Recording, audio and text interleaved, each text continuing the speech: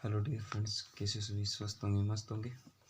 तो जहाँ तक क्वेश्चन किए थे उससे आगे क्वेश्चन करते हैं और उसके आगे वाला क्वेश्चन आता है कौन सा, 7 नंबर क्वेश्चन है कि कोट थीटा इज इक्वल दे रखा है 7/8। ठीक है, और उसने दो क्वेश्चन पूछे हैं। कौन कौन से पूछे हैं? 1 + sin थीटा गुणा में 1 - में sin theta upon 1 + cos theta और 1 - cos थीटा। आपको थोड़ा सा एक बात याद करनी होगी कि a - b और a + b ये स्वर समीकरण होती है, तो इसका जो हल होता है वो होता है a² - b²। ठीक है, a² - b²। इसी को हल कर लेते हैं, शायद कोई प्रॉब्लम नहीं आएगी। तो ये क्या बनेगा? ए यहाँ पे क्या है? 1 है, b क्या है? sin थीटा है, तो a + b और a - b कहीं ना कहीं क्या बनेगा? 1² - sin² थीटा बनेगा। ठीक है, नीचे क्या बनेगा? 1² - cos² थीटा। 1 का स्क्वायर करने पर 1 ही आता है और क्या आएगा? 1 sin² theta 1 - cos² theta.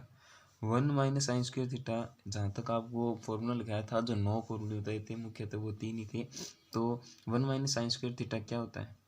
cos² theta होता है, और 1 - cos² थीटा क्या होता है? sin² theta.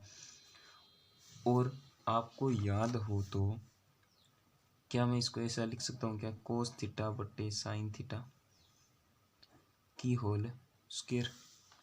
ठीक है, की होल स्क्वायर। तो ये बताओ क्या है कि cos थीटा बटे sin थीटा क्या होता है? Cot theta. क्या होता है? Cot theta. और कोट थीटा की क्या जाएगी? स्क्वायर। कोई दिक्कत? कोट थीटा की डायरेक्ट वैल्यू यहाँ से पुट कर दो। यहाँ से करोगे तो 7/8 की होल स्क्वायर, और 7 की स्क्वायर कितने होते हैं? 49 और 8 की 64। तो ये आपकी वैल्यू आ जाएगी। इसी के अंदर दूसरा क्वेश्चन इसने पूछ रखा है कि cot² थीटा क्या होता है। तो cot² थीटा तो यही होता है वैसे तो, और वैल्यू दोबारा रख दो, यही है, उसका वर्ग कर दो। तो 7/8 की स्क्वायर कहने का मतलब 49 यानी 64। ठीक है, शायद कोई दिक्कत नहीं आएगी। क्वेश्चन करते हैं हम 8वां। कौन सा? 8वां क्वेश्चन क्या है? 8वां क्वेश्चन हमें दे रखा है कि 3 cot A = 4 है, तो क्या ज्ञात करना है? देखो 1 - tan² A upon 1 + tan² A। ये है, सिद्ध करना है कि ये है वो बराबर है किसके? cos² A - sin² A के। ठीक है, ये चीज़ हमें प्रूफ करनी है, तो करें। तो इसके लिए अपने को पता चल गया कि कोट की वैल्यू क्या आने वाली है? 4/3। ठीक है, तो tan की क्या आएगी? तो tan थीटा बराबर tan A की वैल्यू क्या आएगी? 3/4। और tan थीटा बराबर क्या होता है? लंब बटे आधार। ठीक है, कहने का मतलब एक त्रिभुज मानेंगे ABC।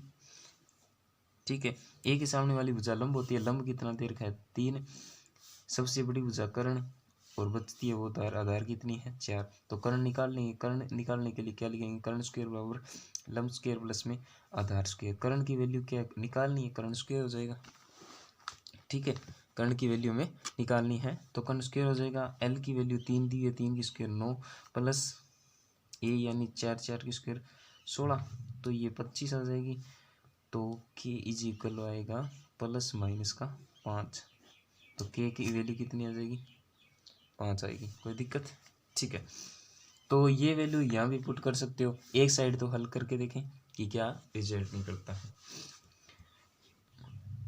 एक साइड को हल करेंगे तो 1 - tan² थीटा, tan² A कहने का मतलब है 3/4 की होल स्क्वायर बट्टे 1 + 3/4 की होल स्क्वायर। कोई दिक्कत? इसको हल करेंगे तो 1 - 9/16 अपॉन 1 + 9/16। कोई दिक्कत? हल करेंगे तो 16 लघुत्तम आएगा ऊपर वाले से, और 16 माइनस 9, फिर बड़े वाला बट्टा, फिर 16 प्लस 9 और फिर छोटे वाला बट्टा। 16 से 16 कैंसिल आउट हो जाएगा। 16 में से 9 घटाने पर आपको जो रिजल्ट मिलता है वो 7 मिलता है। ठीक है, ठीक है। और बड़े वाला बट्टा आ जाएगा। फिर 16 और 9 कितने होते हैं? 25 होते हैं। कहने का मतलब है कि 1 minus sine square theta 1 minus tan square A upon 1 plus tan square A की वैल्यू कितनी है? 7/25। अब हमें वैल्यू ये और निकालनी है और बताना है कि ये यदि 7/25 आती है तो क्या होगी? बराबर होगी। ठीक है, तो इस वाली वैल्यू को निकालने के लिए ट्राई करते हैं। तो कहने का मतलब कोस चाहिए, कोस ए बराबर क्या होता है? याद करो, लाल बट्टे कक्का से, लाल बट्टे कक्का से। कोस क्या होता है? ए अपॉन के। ठीक है, ए अपॉन के। ए मतलब आधार। कोण ए के लिए आधार कौन होगा? 4 और कर्ण कौन होगा? 5। ठीक है, और साइन ए की भी वैल्यू निकालनी है हमें। तो साइन ए क्या होता है? एल बट्टा के। एल क्या होता है? लंब। तो कोण ए के लिए लंब कौन होगा? 3 और कर्ण कौन होगा? कर्ण होगा 5। ठीक है, कोई दिक्कत? ठीक है, अब हमें इसकी जो वैल्यू है वो फाइंड करनी है कि वर्ग करके माइनस और करना है। तो वर्ग करके देखें, वर्ग करके देखोगे तो इसका वर्ग करोगे तो 4/5 का वर्ग माइनस, क्योंकि साइन कोस स्क्वायर ए है तो इसलिए इसका भी वर्ग होगा। माइनस में साइन स्क्वायर ए है तो इसका भी वर्ग होगा 3/5 की स्क्वायर। कोई दिक्कत? इसका वर्ग करोगे तो 16 माइनस 25 माइनस 3 का वर्ग करोगे तो 9/25। ठीक है, आगे हल करो इसे। आगे हल करोगे तो क्या आएगा? लघुत्तम आएगा 25 और ऊपर क्या आएगा? 16 माइनस 9, और 16 में से 9 जाने पर कहीं ना कहीं 7 बचते हैं तो 7/25। तो इससे हम कह सकते हैं, क्या कह सकते हो कि 1 माइनस टेन स्क्वायर ए 1 प्लस टेन स्क्वायर ए बराबर होता है कोस स्क्वायर ए माइनस साइन स्क्वायर ए। ठीक है, कोई दिक्कत? अपना क्वेश्चन 7वां 8वां है वो कहीं ना कहीं हो चुका है।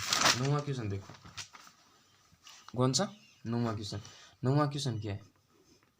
9वां क्वेश्चन, त्रिभुज ए बी सी में कोण बी बराबर दिया आपको 90 डिग्री।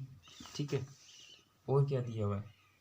कोण बी बराबर 90 डिग्री दिया हुआ है तथा tan ए इज इक्वल दे रखा है 1/√3। ठीक है, तो वैल्यू फाइंड आउट करनी है। एक क्वेश्चन मैं करूँगा, दूसरा आपने आप कर लेना। साइन ए कोस सी प्लस कोस ए साइन सी। ठीक है, ये बनाया अपने त्रिभुज। चलो यहाँ से ले लो अब की बार ए बी सी, लेकिन बी को 90 डिग्री रखना है क्योंकि इसने दे रखा है। ठीक है, अब देखो tan ए दे रखा है अपने को, क्या दे रखा है? tan ए, और लाल बट्टे कक्का के अकॉर्डिंग tan क्या होता है? लंब अपोन आधार। तो कोण ए के लिए लंब कौन होगा? ये होगा। आधार कौन होगा? ये होगा। ये हमें कर्ण ज्ञात करना पड़ेगा क्योंकि साइन कोस आ रहे हैं। ठीक है, तो कर्ण ज्ञात करने का सूत्र बताया हुआ है, कर्ण स्क्वायर बराबर लंब स्क्वायर प्लस आधार स्क्वायर। ठीक है, कर्ण की वैल्यू क्या आएगी? निकालनी है वो, तो कर्ण स्क्वायर बराबर लंब क्या है? एक का स्क्वायर एक ही और √3 का वर्ग। ठीक है, 1 का 1 √3 का 3, तो ये आएगा 4। तो के बराबर क्या आ जाएगा? प्लस माइनस का 2, क्योंकि के जो 4 है वो किसका वर्ग होता है? किसका होता है? 2 का। ठीक है, तो कर्ण है वो आपका 2 आ गया। अब हम वैल्यू रखेंगे साइन ए। साइन बराबर क्या होता है? ये देखो एल अपॉन के। एल अपॉन के क्या होता है? एल अपॉन के। एल क्या है? कोण ए के लिए, कोण ए के लिए एल है वो 1 है, और कर्ण की बात करूँ तो वो 2 है। ठीक है, इसी प्रकार हमें ज्ञात करना पड़ेगा कोस सी। कोस सी कहने का मतलब यहाँ से काम नहीं चलेगा, अब यहाँ पे चलो। ठीक है, और कोस सी है तो सी कोस का मतलब क्या होता है? ए अपॉन के। ठीक है। और इसके लिए कौन सी के लिए आधार कौन होगा, ये वाला होगा, कौन होगा, ये होगा, क्योंकि सामने वाली भुजा तो लंब होती है ना, तो यही हुआ एक, और कर्ण क्या होगा 2, ठीक है। अब हमें ज्ञात करना है कोस ए। अब वापिस इस कोण पे आ जाओ। कोस ए का मतलब, कोस का मतलब क्या होता है, कोस का मतलब होता है ए अपॉन के, कोई दिक्कत। तो कोण ए के सामने वाली भुजा क्या है, लंब होती है, लेकिन यहाँ पर तो हमें आधार लेना है, तो आधार क्या हो जाएगा, √3 हो जाएगा, और कर्ण क्या होगा 2, ठीक है। फिर हमें वैल्यू निकालनी है साइन सी की, किसकी, साइन सी की। साइन सी की वैल्यू फाइंड आउट करोगे तो यहाँ पे आ जाओ वापिस, और साइन बराबर क्या होता है, एल अपॉन के। तो एल का मतलब सामने वाली भुजा क्या होती है, लंब होती है, लंब की वैल्यू कितनी दी है, √3, और कर्ण की वैल्यू दे रखी है 1, ठीक है। तो अब हमें इनको सिर्फ गुणा करना और योग करना है। साइन ए कोस साइन सी, साइन ए कोस, साइन ए कोस सी, सॉरी, तो ये आ जाएगा 1/2 गुणा 1/2, फिर आ रहा है प्लस का निशान, ठीक है। फिर आ रहा है कोस ए, कोस ए कितना आ रहा है, √3/2 गुणा, कर्ण पूछा था रे भी, साइन सी के अंदर क्या होता है, नीचे कर्ण होता है, तो कर्ण 2 है, ठीक है ना, ये तो त्रुटि होगी, √3/2। इनको हल करोगे तो 1/2 1/2 ये हो जाएगा 1/4 प्लस 4 और ऊपर 3, तो कहने का मतलब 1 + 3/4, और इसे हल करोगे तो क्या आएगा 4/4, कहने का मतलब 1 आ जाएगा, ठीक है। कोई दिक्कत। 9वें का जो सेकंड पार्ट है वो खुद कर लेना। इसके बाद में यदि मैं बात करूँ क्वेश्चंस की, तो वो एक सत्य असत्य वाले क्वेश्चन बचते हैं, नॉर्मली क्वेश्चन है, यदि न हो तो कमेंट में ज़रूर बताना। और इसी के साथ आगे जो टॉपिक है, अगली वीडियो आने वाली है, वो पूरक कोणों पे होगी, किस पे होगी, पूरक कोणों की। लेकिन अभी वक्त पड़ा है तो मैं आपको बता दूं कि पूरक कोण क्या होते हैं, पूरक कोण, ठीक है। पूरक कोण, पूरक कोण की यदि बात की जाए तो साइन, रुको पहले मैं डायरेक्ट बताता हूँ कि पूरक कोण होते कौन कौन से। ऐसे दो कोण, ऐसे दो कोण जिनका योग क्या हो, 90 डिग्री हो, पूरक कोण कहलाते हैं। और एक नाम और सुनने को मिलता है संपूरक कोण, वो यहाँ पे उपयोग में नहीं लिया जाएगा। जिनका योग 180 डिग्री हो वो क्या कहलाते हैं, दो आपस में कोण जिनका योग क्या हो 180 डिग्री हो, वो आपस में एक दूसरे के क्या करते हैं, संपूरक होते हैं। जो कोण जिनका योग 90 डिग्री हो, दो कोणों का योग, वे एक दूसरे के पूरक कहलाते हैं, ठीक है। तो साइन थीटा है वो पूरक होता है किसके, कोस 90 - थीटा के, ठीक है। साइन थीटा है वो बराबर होता है कोस 90 - थीटा के, और कोस थीटा वो बराबर होता है साइन 90 - थीटा के। फिर आता है टेन थीटा, टेन थीटा बराबर होता है कोट 90 - थीटा के, और कोट थीटा है वो बराबर होता है टेन 90 - थीटा के, ठीक है। फिर आता है सेक थीटा, सेक थीटा बराबर होता है कोसेक 90 - थीटा के, और कोसेक थीटा वो बराबर होता है सेक 90 - थीटा के, ठीक है। कहीं ना कहीं आपको ऐसे मिल सकता है कि साइन 24 डिग्री, साइन 24 डिग्री, तो इसे आप कोस के रूप में कैसे लिख सकते हो, तो 90 में से 24 को माइनस करो 6, ये बचेगा 8 8 6, कहने का मतलब आप इसे कोस 66 भी लिख सकते हो।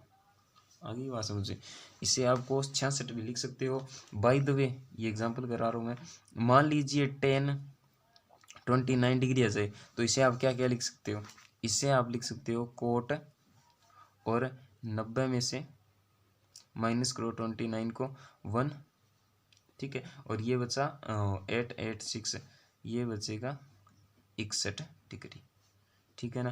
तो 10 29 डिग्री है उसे कोट 61 डिग्री भी आप लिख सकते हो, कोई दिक्कत नहीं है। जो आपकी 8.1 है वो डायरेक्ट इन्हीं क्वेश्चनों के आधार पर होगी।